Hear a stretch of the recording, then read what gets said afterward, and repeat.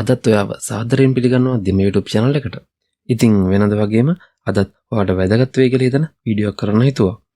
මෙන්න මේ විදිහට ගොඩක් අයට වෙන දෙයක් තමයි mouse එකේ right click context menu එක left side එකට එහෙම නැත්නම් නూరు පැත්තට display වෙන එක. අපිට normal use කරලා පුරුදු right side එකේ display වෙන එක. ඉතින් මම අද කතා කරන්නේ මෙන්න මේක fix කරන විදිය ගැන.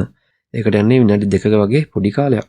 ඔයා මුලින්ම කරන්න ඕන මෙන්න මේ විදිහට Windows icon එකට right click කරලා run command box එක open කරගන්න. ඊට පස්සේ මෙන්න මේ command එක type කරන්න. මම මේ command එක description එකේ දාලා තියන්නම්. ඔයාලට පුළුවන් මේක copy paste කරලා okay කරන්න. ඊට පස්සේ ඔයාලට මෙන්න මේ window එක open වෙවි.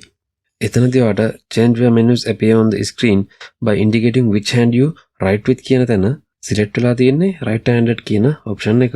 ඉතින් ඔයාලට කරන්න තියෙන්නේ මෙන්න මේ left handed කියන option එක select කරලා apply කරලා okay කරන්න විතරයි.